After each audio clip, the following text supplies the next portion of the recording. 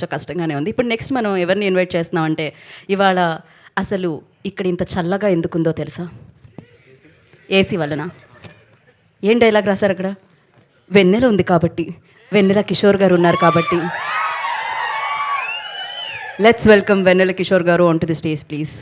బేసిక్గా ఆయన ఈ ఫ్లైట్లో ఏం చేస్తున్నారు, జట్లీలో ఏ పాత్ర పోషిస్తున్నారు అనేది ఎవరికీ తెలీదు, అది సీక్రెట్. మే డే రోజు చూడాలి మీరు. వెల్కమ్ అండి, వెల్కమ్. హాయ్.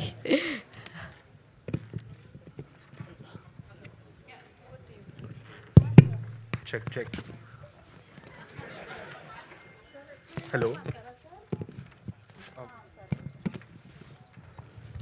అందరికీ నమస్కారం అండి.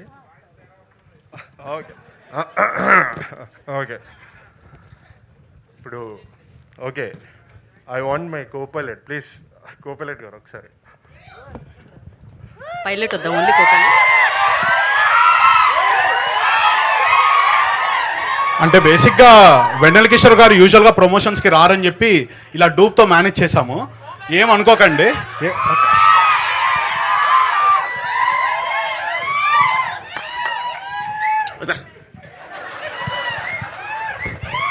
ఇది నిజమే కదా? నిజమే, మీరు ప్రమోషన్స్కి వచ్చారు కదా, ఇది నిజంగానే నిజం కదా?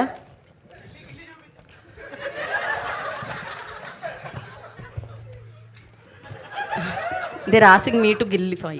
వద్దు. రాననుకున్నారా, రాలేననుకున్నారా? హే, 1 సెకండ్. 2 అక్షరాలు ఇంద్ర. సో ప్రమోషన్కి ఖచ్చితంగా రాననుకున్నారా గీతా భగత్ గారు? నేనే కాదు, అందరూ అదే అనుకుంటారు. 1 second. Ustad Bhagat Singh. So guys, media మిత్రులకు, సత్య ఫ్యాన్స్కి, రితేష్ కల్ట్ ఫ్యాన్స్కి అండ్ రియా సింగాడే డెబ్యూ ఫ్యాన్స్కి స్వాగతం. నాకు థ్యాంక్ యూ అన్న.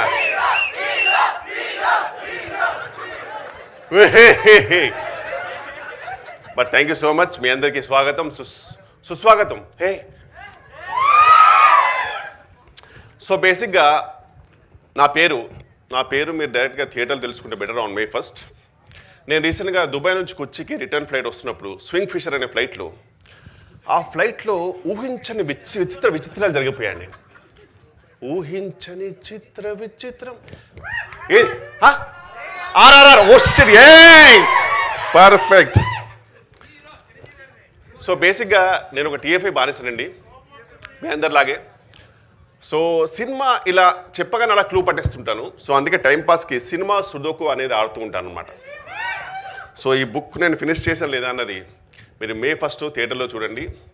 జట్లీ అనే సినిమా, నో సత్యాస్ జట్లీ, సత్యాస్ నాట్ జట్లీ అనే సినిమాలో మీరు ఖచ్చితంగా చూడండి. అండ్ మీ అందరికీ థ్యాంక్ యూ. నాగ చైతన్య గారు థ్యాంక్ యూ.